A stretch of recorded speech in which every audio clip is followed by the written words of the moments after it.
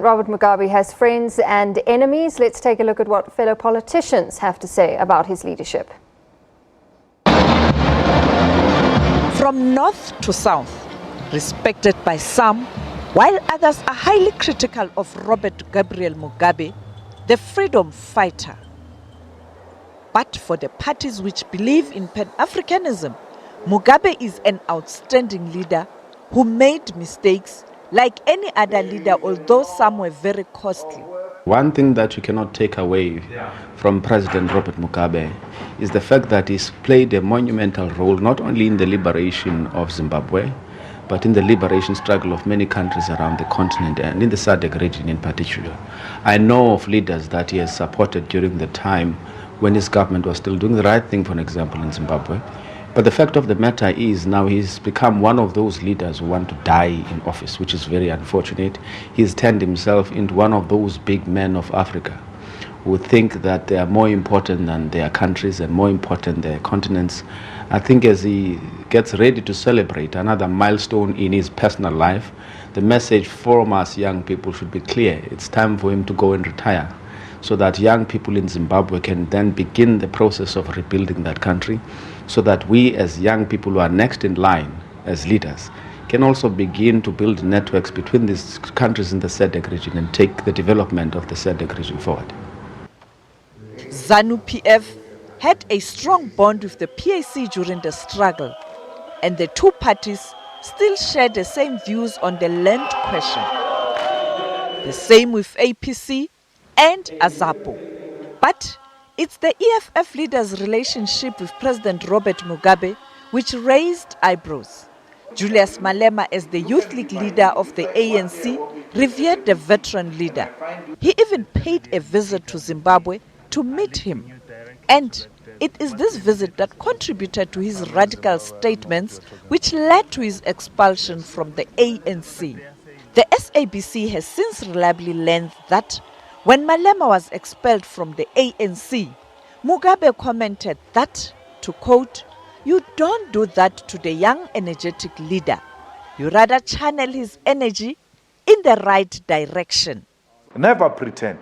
Always when you see a wide tendency, you must deal with it decisively. And that's what President Mugabe is doing. That's what President Mugabe did when he took the land and said this land must be returned into the hands of our people. We salute him for that.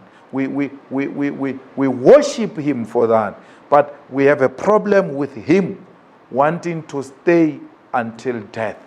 We believe there are so many young people who were inspired by him in his own country. If he can inspire us here in South Africa, there must be surely a lot of them who are inspired in Zimbabwe who can take over from him and continue the legacy. And it is only those who suffer from a mind of a rat who will see a criticism of your heroes as hatred. No, we don't subscribe to politics of personality cult, even if we love you so much. But today, you're not dressed properly.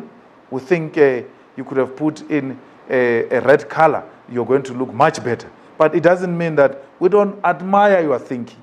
It doesn't mean that we don't admire your bravery. We don't admire commitment to the revolution. So it is those who subscribe to politics of personality cult who say you cannot criticize those that you worship and So then when you speak about Robert Mugabe and you say that this is his time to go, obviously he's been in power since 1980 if I'm not mistaken. What role do you think then African leaders should be playing in steering what they call presidents for life, steering them in the right direction, that this is not the route to go? What role should the AU be playing as well?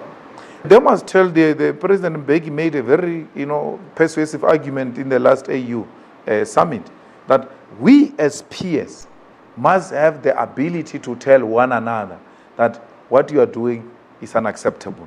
We knew that when we say President Mugabe should accept that it's time to go, we'll receive a lot of criticism from our own, from ZANU-PF chaps, but it's the right thing to do.